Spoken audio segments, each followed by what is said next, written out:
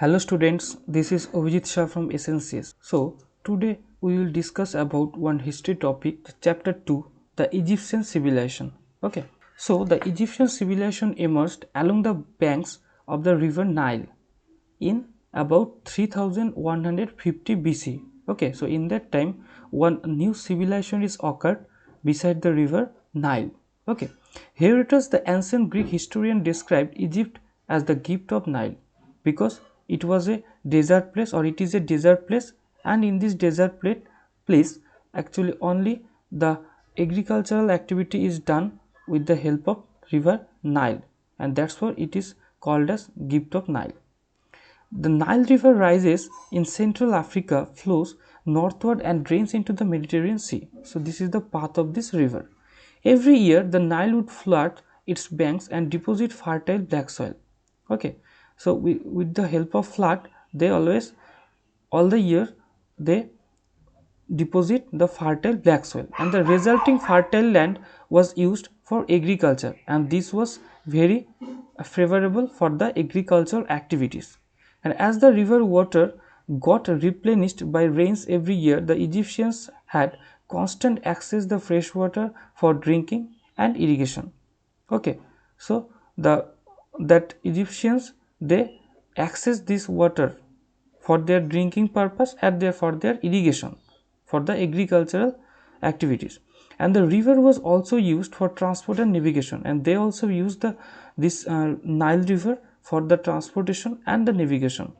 This enabled the Egyptians to interact with the Mediterranean lands and establish trade relations with them. The water was full of fish and papyrus weed that provided food and helped in paper making respectively.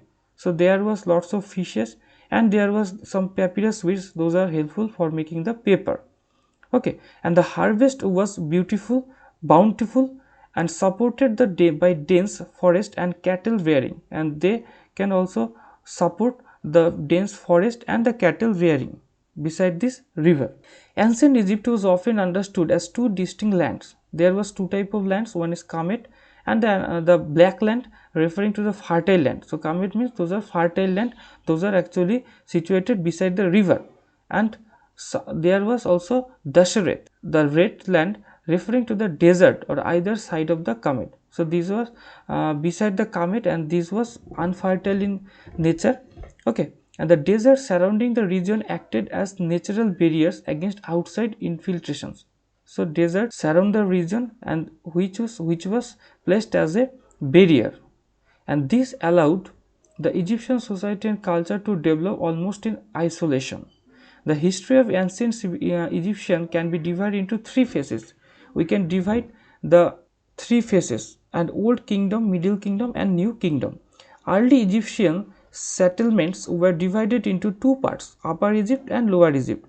Despite having much in common, especially in terms of culture and religious beliefs, the two lands were at war with each other. Okay, and King Narmer unified the two lands in 3100 BC when he conquered Lower Egypt and facilitated the emergence of unified Egypt. The rulers of Egypt were referred to as the pharaohs. So the rulers of the Egypt, they was called as pharaohs. Okay, and the pharaonic rule, that means the rules of pharaoh, which began with King Narmer. So the ruling is started by the hand of King Narmer and ended with the death of Cleopatra. Cleopatra was the last king. Okay, the pharaoh was given the statue of God on earth. Pharaohs also assumed the position of the supreme priest of every temple, and they built their personal treasury by accepting gifts and valuable items from all areas under their control.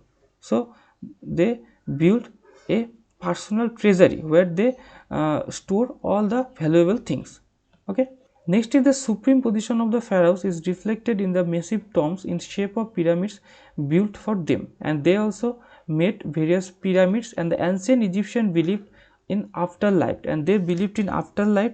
For that what they believed, that if the pharaoh's body was preserved and mummified after death, the pharaoh would live forever. So they believe that if we preserved and mummified after death any one man, then he will or she will be live forever. The tombs were designed to protect the buried pharaoh's body and his belonging. Main features of Egyptian civilization. So there were some main features, those are very important for us, like town planning. Not much is known about the town planning skills of the Egyptian civilization, and a few cities like Memphis in the lower Egypt and the Thebes in the upper Egypt grew naturally, and while some Egyptian cities were planned. Okay, so there was a less amount of cities, and the planning of cities and towns was based on their proximity to the Nile and need to protect them from its flooding.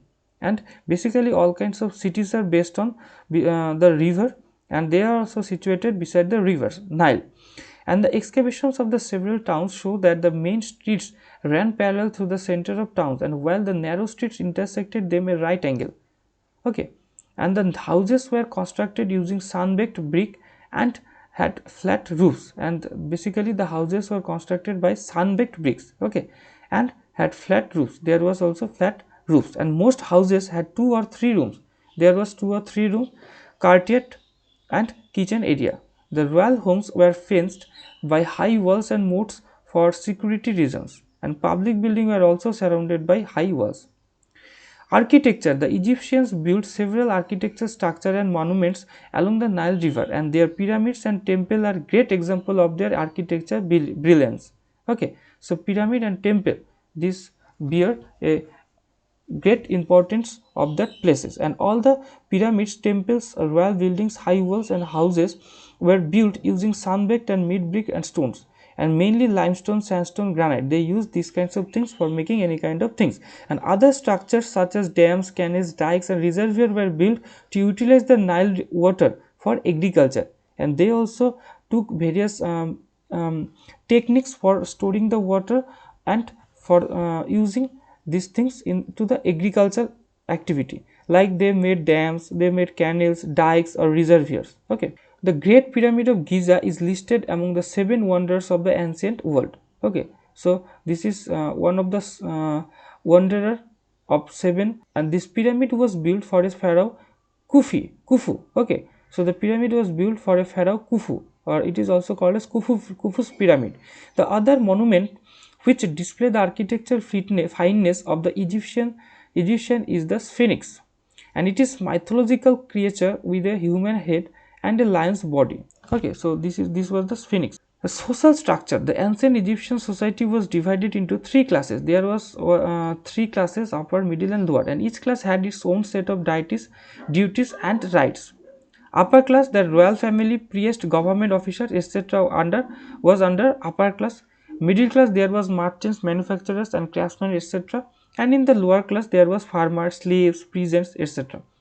Family life. Ancient Egyptians greatly valued their family life, and the Egyptian family consists of husband, wife and children. So there was small families, and male members were considered the head of the family. So male was the head of the family, and they had to work for a living, while women took care of the home and children. They actually do various kind of working activities, and basically women, they take care or took care of the home and children.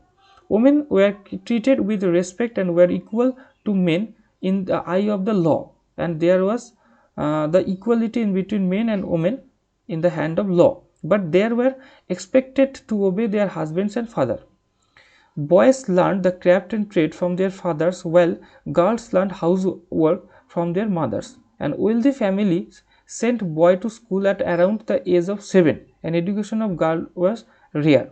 So there was a tradition that after completing of 7 years, any boy, they have to go to the school, but there have not any kind of restriction for the girls. Okay, the education of girls was very rare in nature. The upper class families lived luxurious life and enjoyed recreational activities such as swimming, fishing and boating. So these kinds of activities also was there. And occupations of ancient Egyptians included agriculture, animal husbandry, art and craft. And however, agriculture remains their core occupation. Agriculture was the basic occupation of their people. Okay, And agriculture was one of the main reasons for the rise of Egyptian civilization, and the fertile soil deposits, abundant water supply from the Nile River, and well-developed irrigation system enabled the people to grow crops all year round. So there was the irrigation technique, and with the help of this irrigation technique, they cultivated throughout the year. And their chief crops were wheat, millet, barley, dates, figs, and melons. And they also grew flax, which was converted into linen. Okay. Next is domestication of animals. The Egyptian domesticated animals such as donkeys, camels, dogs, cattle, goats, and sheep for agriculture and transport purposes. Okay, they use these kinds of animals for their transport purposes, and animals were reared for eggs, milk, and meat. And royal families often had dogs, cat, and monkeys as pets, and horses were used by royal families to drive chariots in wars. Okay. Art and craft. Egyptian art and craft showed carving of human beings, animals, and nature in painting and sculpture made of wood, stone, and ceramics.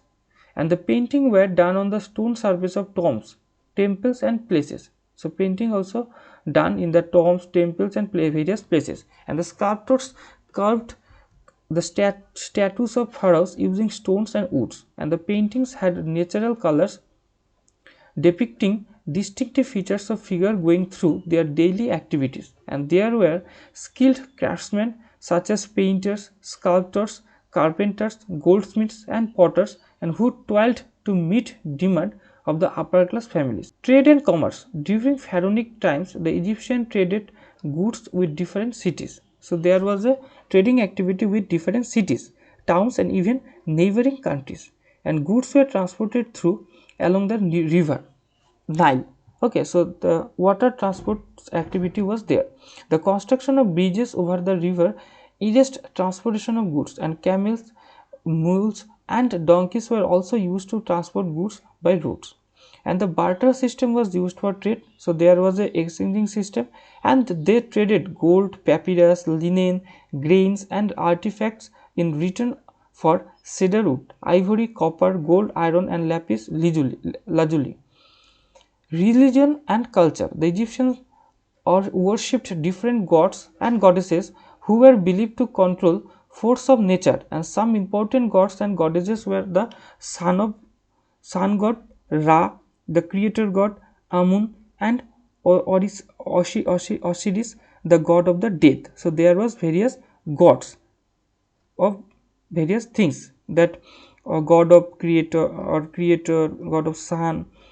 So this way the pharaohs were also worshipped as god, and each god was assigned a temple, and many temple had more than one deity. So in a temple there was more than one deity, and many Egyptian god had human bodies with animal heads, and there was some goddess or gods that there was that the body was like a human body, human, or but the head was the animal head. The people of Egypt strongly believed in life after death, and they strongly believed in life after death, and so they started the practice of preserving the body of the dead through a process called mummification. And the dead bodies were embalmed using spices and natural oils and wrapped in animal skins, and such dead body are known as mummies. When they made this the mummies in this way, they are called as mummies. Contribution of modern world. The Egyptian civilization has contributed a lot to the modern world, primarily of which are in the field of writing, science and astronomy, medicine, mathematics, and paper. So the contribution in the writing, that the ancient Egyptians invented hieroglyphic writing, also known as sacred writing, because they were written by priests. So they popular or invented the hieroglyphic writing, and this was done by only the priest. So this was very sacred writing. The hieroglyphic involved pictographic representation of objects, and each object denoted a letter of the alphabet. So there was some picture like things, and this denoted as a letter, and this writing was carved or painted on the walls and pillars of temples and other monuments. And cursive hieroglyph and heretic were used to write records by scribes. Science and astronomy. The Egyptians were probably the first to adopt a solar calendar. Okay, they at first introduced the solar calendar, and a year had 360 days and 12 months. Each month consists of 30 days. So this system also popularized by them, and each day was divided into 24 hours. And at the end of every year, they added 5 days to be used for celebration. And every the end of the year, they celebrate with various programs for 5 days. And the ancient Egyptians were very good astronomers, and by observing the movement of star and planet, they could predict events like the flooding of the Nile and the solar or lunar eclipse will occur. Okay, they can predict it. And medicine, the mummification process demonstrated that the Egyptians had profound knowledge of medical sciences, and mummies prepared thousands of years ago are still well preserved. And this also shows us the information that they was very well known about medicinal activities, and they knew about different diseases and their cure. And the priests were also doctors who used magic spells along with the natural medicines and ingredients to cure illness. So there was some priest, they can also do the doctoral activity, and the priest in charge had advanced knowledge of medicine and human astronomy.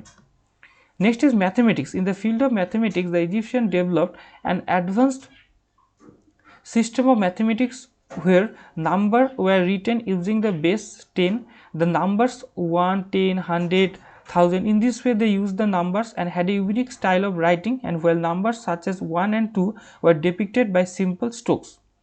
So while construction of the pyramids and other monuments, calculation of areas and volumes of triangles, rectangles, circles and hemispheres were done for accuracy of shape and structure of the pyramid. So there was a mathematical calculation for making of the pyramids, and that's for very perfect in the shape.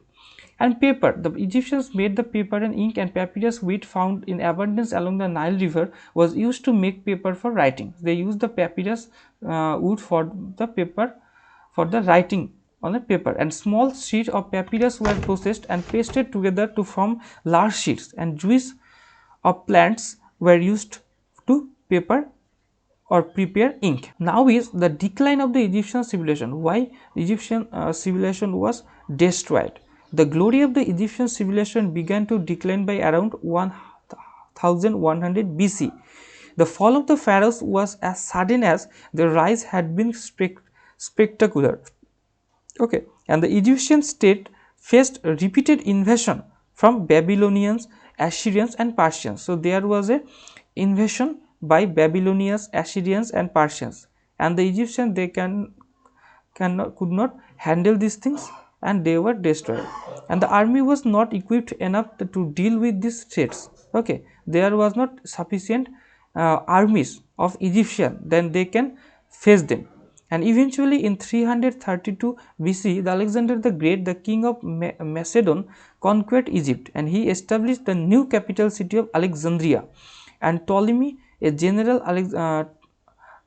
of Alexander, declared himself as the pharaoh of Egypt, and he also declared himself as a pharaoh of Egypt. And the Ptolemaic dynasty ruled Egypt for other 300 years, and in 30 BC the Roman Empire invaded Egypt and made it the Roman provinces. So after that, Roman captured this place, and they also established their provinces, which was named as Roman provinces.